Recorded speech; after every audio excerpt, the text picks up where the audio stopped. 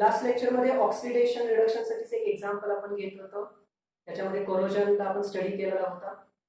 So corrosion साठीच एक आपण इथं एक्झाम्पल घेतोय. आपल्याला ऍक्टिव्हिटी दिलेली आहे. त्यामध्ये काय सांगितले, काही टेस्ट ट्यूब्स आहेत आणि या टेस्ट ट्यूब्स मध्ये पहिल्या केस मध्ये काय केले, ऑइल लेयर आहे. ओके, वरती जो ऑइल लेयर ठेवलेला आहे आणि याच्यामध्ये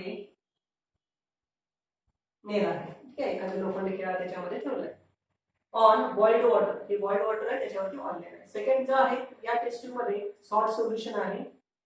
थर्ड टेस्ट ट्यूब फक्त एअर कॉन्टॅक्ट मध्ये येतं इथं. आणि फोर्थ टेस्ट ट्यूब मध्ये काय केलंय, एअर आहे प्लस अनहायड्रस CaCl आहे, इथं क्लोज केलेला आहे. ओके, इथं कॉर्क लावलेला आहे त्याला. आणि क्वेश्चन आहे की यामध्ये रॅपिड कोरोजन हा जो आयनचा जो नेल आहे, ठीक आहे, यापैकी कुणामध्ये रॅपिड कोरोजन होणार आहे, कुणामध्ये स्लो होणार आहे किंवा कुणामध्ये होणार नाही, हे विचारलेलं आहे. सो लास्ट लेक्चरला आपण काय बघितलं होतं की कोरोजन साठी कशाची रिक्वायरमेंट असते. कोरोजन जर कॅरी आउट करायचं असेल तर याच्यासाठीची रिक्वायरमेंट काय आहे, एक तर ऑक्सिजन पाहिजे, त्याचबरोबर काय लागणार आहे, H2O, मॉइश्चर पाहिजे तिथं. बरोबर, या दोन गोष्टी असतील तरच कोरोजन तिथं होतं. कोरोजन म्हणजेच काय, तर ऑक्सिडेशन ऑफ मेटल आहे, डिके ऑफ मेटल आहे, डिटेरिओरेशन ऑफ मेटल आहे किंवा डिग्रेडेशन आहे. सो ऑक्सिजनच्या कॉन्टॅक्ट मध्ये तो मेटल आला पाहिजे प्लस मॉइश्चर तिथं असेल तर थोडं रॅपिड होतं. आता यामध्ये इथं सॉल्ट सोल्युशन सांगितलेलं आहे. ठीक आहे, सॉल्ट सोल्युशन इथे कन्सिडर करू की एक्झाम्पल NaCl आहे. तर NaCl जर सोल्युशन तयार केलं ॲक्वस, तर याचे आयन्स तयार होतात Na+ आणि Cl-. सो हा एक इलेक्ट्रोलाइट आहे. आणि इलेक्ट्रोलाइटचा यूज काय की आयन्स त्याच्यामधून ट्रान्सफर होतात. आणि आपण मेकॅनिझम मध्ये बघितलं होतं की त्या वॉटर ड्रॉप मध्ये आयन्स ट्रान्सफर होत होते, त्याच्यासाठी हा मदतच करतो. त्यामुळे रॅपिड कोरोजन यामध्ये होणार आहे. रॅपिड कोरोजन होईल. का रॅपिड होणार आहे, कारण मॉइश्चर पण आहे याच्यामध्ये, ऑक्सिजन त्यात डिझॉल्व्ह झालेला असेल ओके वॉटर मध्ये. आणि दुसरं काय, NaCl हा इलेक्ट्रोलाइट आहे जो आयन ट्रान्सफर करण्यासाठी वापरला जाईल. ओके, नेक्स्ट आता याच्यानंतर एअर. इथं एअर आहे, या एअर मध्ये काय असणार, ऑक्सिजन ओके आणि लेस मॉइश्चर. त्यामुळे याच्यामध्ये सुद्धा कोरोजन होणार आहे, पण कंपेरेटिव्ह सॉल्ट सोल्युशन पेक्षा ते कमी असणार आहे. सो इथं असेल स्लो, इथं असेल रॅपिड, इथं अगदी स्लो असेल. त्यानंतर एक्झाम्पल घे मी ह्याचं, oil layer on boiled water असं म्हटलेलं आहे. ऑइल लेअर इथं वरती आहे, सो बाहेरचा जो ऑक्सिजन आहे तो त्या वॉटरमध्ये डिझॉल्व्ह होणार नाही. सेकंड, बॉइल्ड वॉटर केलेला आहे.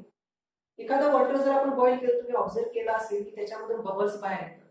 ते बबल्स कशाचे असतात, तर त्या वॉटरमध्ये जे गॅसेस डिझॉल्व्ह झालेले आहेत ते बाहेर पडतात, त्याचे ते बबल्स असतात.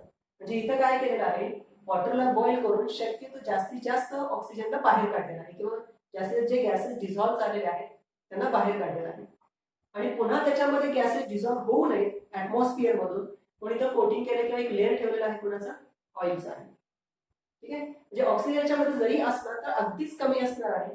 सो कंपेरेटिव्ह या दोघांपैकी इथं अगदी स्लो कोरोजन होणार आहे.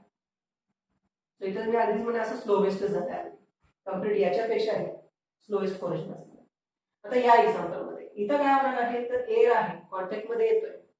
एअर आहे म्हणजे इथं ऑक्सिजन अवेलेबल आहे, बरोबर, पण फक्त ऑक्सिजनची गरज असणार आहे का, तर नाही, H2O सुद्धा तिथं पाहिजे.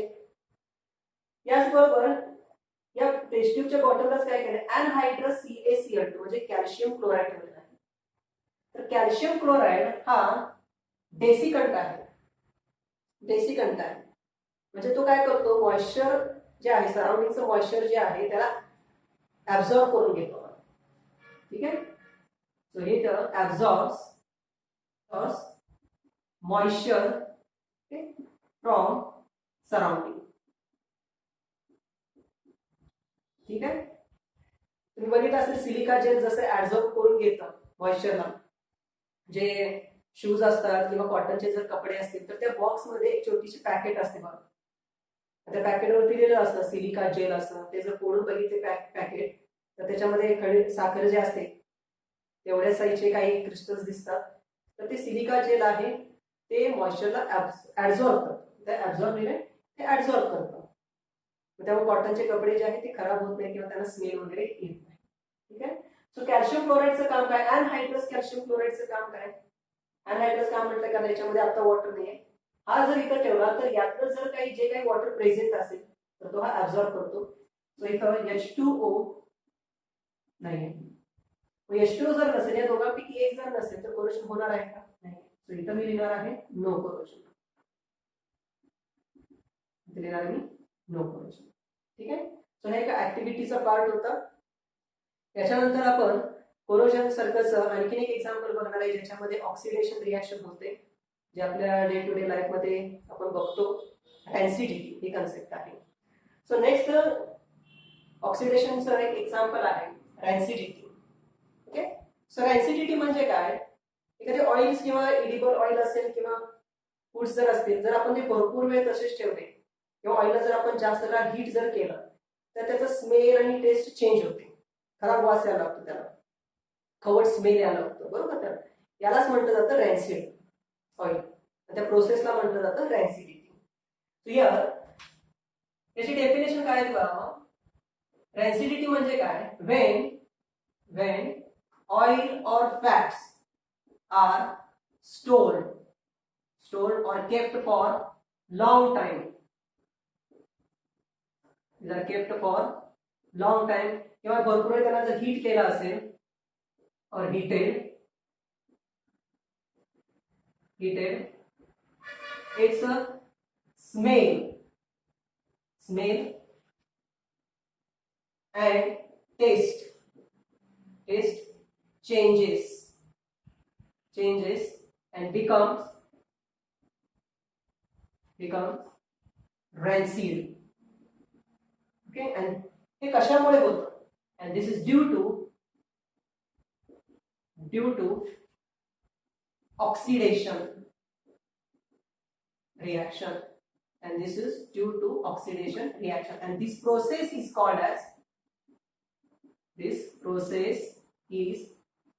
called rancidity. ठीक आहे. म्हणजे भरपूर एखादं ऑइलचं असेल तर तुम्ही भरपूर वेळ तसं ते ओपन कंटेनर मध्ये ठेवला तर ऑक्सिजन, ऍटमॉस्फिअर मधलं ऑक्सिजन त्या ऑइल बरोबर रिॲक्ट होतं, त्याचं ऑक्सिडेशन होतं आणि त्याचा स्मेल जे असेल किंवा टेस्ट असेल ती चेंज होते. त्यालाच आपण रॅन्सिड ऑइल म्हणतो, तर रॅन्सिड फॅट म्हटलं जातं. त्या प्रोसेसला आपण रॅन्सिडिटी म्हणणार आहे. ठीक आहे. ऍक्च्युली हे ऑइल किंवा फॅट जे आहे ते ट्रायग्लिसराइड्स असतात. ते ट्रायग्लिसराइड्सचं पार्शियल हायड्रोलायसिस झाल्यानंतर त्यांचे फॅटी ऍसिड्स तयार होतात. फॅटी ऍसिड्सचं ऑक्सिडेशन होऊन त्यांचं अल्डिहाइड्स किंवा कीटोन्स असे काही फंक्शनल ग्रुप्स तयार होतात, त्यांना तो पर्टिक्युलर स्मेल असतो. ठीक आहे. सो याचे काही एक्झाम्पल्स लिहिता येतील रॅन्सिडिटी साठीचे. एक म्हणजे edible oil. Okay, kept in FE किंवा एखादं टीनचं कंटेनर असेल, SN container, for long time, भरपूर वेळ ठेवणं. ठीक आहे. किंवा दुसरं ऑइल जे आहे edible oil, heated for long time. त्यामुळे काय होतं, त्यांचं जे शेल्फ टाइम जे आहे, ओके, म्हणजे स्टोअर करण्याचं जे टाइम आहे ते कमी होतं, त्यांचं ऑक्सिडेशन झाल्यामुळे हे सगळं होत असतं. ठीक आहे. सो हिअर मग याच्यासाठी प्रिव्हेन्शन कसं करता येईल, त्याला एकतर स्लो डाऊन करायचं आहे. हे कशामुळे होत आहे, तर ऑक्सिडेशनमुळे होत आहे. ऑक्सिजन हा ऑइलच्या किंवा फूड्सच्या कॉन्टॅक्ट मध्ये आल्यामुळे हे होत असते. सो एकतर त्याला कॉन्टॅक्ट मध्ये येऊ द्यायचं नाही, किंवा दुसरं हे ऑक्सिडेशन होत आहे तर त्याच्या अपोजिट रिएक्शन घडवून आणायची. ओके, रिड्युसिंग एजंट्स तिथं वापरले जातात. सो ते काय केले जातात ते सांगतो. एक ऑप्शन जो आहे काय, स्टोर्ड इन किंवा स्टोर्ड असं म्हणते, जे फूड्स आहेत ज्या स्टोर्ड ॲट लो टेम्परेचर. म्हणजे फ्रीज मध्ये वगैरे जर आपण फूड ते ठेवू शकतो, त्यामुळे 1-2 दिवस ते तसेच चांगले राहतात, त्यांना वास वगैरे काही येणार नाही. दुसरा एक ऑप्शन आहे ज्याच्यामध्ये इनर्ट गॅसेसचा यूज केला जातो. म्हणजे जे पॅक्ड फूड्स असतात, are flushed with nitrogen gas. Okay, तुम्ही ऑब्झर्व केलं असेल जे चिप्सचे पॅकेट्स असतात त्यांच्यामध्ये गॅस भरपूर असतो आणि पॅकेट जे आहे अगदी त्याच्यामध्ये चिप्स कमी असतात. मग ते जे गॅस जो फिलअप केलेला आहे हा असतो नायट्रोजन गॅस. त्याच्यामुळे काय होतं की ऑइल जे आहे त्याचं ऑक्सिडेशन होत नाही. हा लेस रिएक्टिव्ह गॅस आहे डायनायट्रोजन N2 आणि चिप्स जे आहे ते भरपूर काळ तसेच राहतात, स्टोर्ड राहतात. हा एक ऑप्शन आहे. किंवा अजून एक इथं काय लिहिलं होतं, जर तुम्ही ओपन कंटेनर मध्ये जर ठेवलं असेल एडिबल ऑइल केप्ट इन टीन किंवा आयनच्या ओपन कंटेनर मध्ये ठेवला तर ऑक्सिजन कॉन्टॅक्ट मध्ये येतो. सो क्लोज्ड कंटेनर मध्ये ठेवायचे. So edible oils are kept in closed container. Closed असं म्हणण्यापेक्षा मी याला असं म्हणे air tight container. Closed or air tight container म्हणजे ऑक्सिजन कॉन्टॅक्ट मध्ये येणार नाही आणि ऑक्सिडेशन स्लो डाऊन होईल. सो ऍसिडिटी होणार नाही. आणखी एक ऑप्शन आहे यामध्ये अँटीऑक्सिडंट्स यूज केले जातात. Use of antioxidants. ठीक आहे, जसे ऍसिडिटी वाढली की आपण अँटासिड्स घेतले जातात तशाच पद्धतीने ऑक्सिडेशनला अवॉइड करण्यासाठी काय वापरणार आहे, अँटीऑक्सिडंट वापरले जातात. सो हे अँटीऑक्सिडंट्स एक तर नॅचरल असतं किंवा हे सिंथेटिक आहे. सिंथेटिक आर्टिफिशियल आहे. जे फ्रुट्स आहेत त्यांच्यामध्ये नॅचरली अँटीऑक्सिडंट्स प्रेझेंट असतात. याच्यामध्ये एक्झाम्पल येतं व्हिटॅमिन ई आहे किंवा व्हिटॅमिन सी आहे. व्हिटॅमिन सी म्हणजे ज्यालाच ॲस्कॉर्बिक ऍसिड म्हटलं जातं.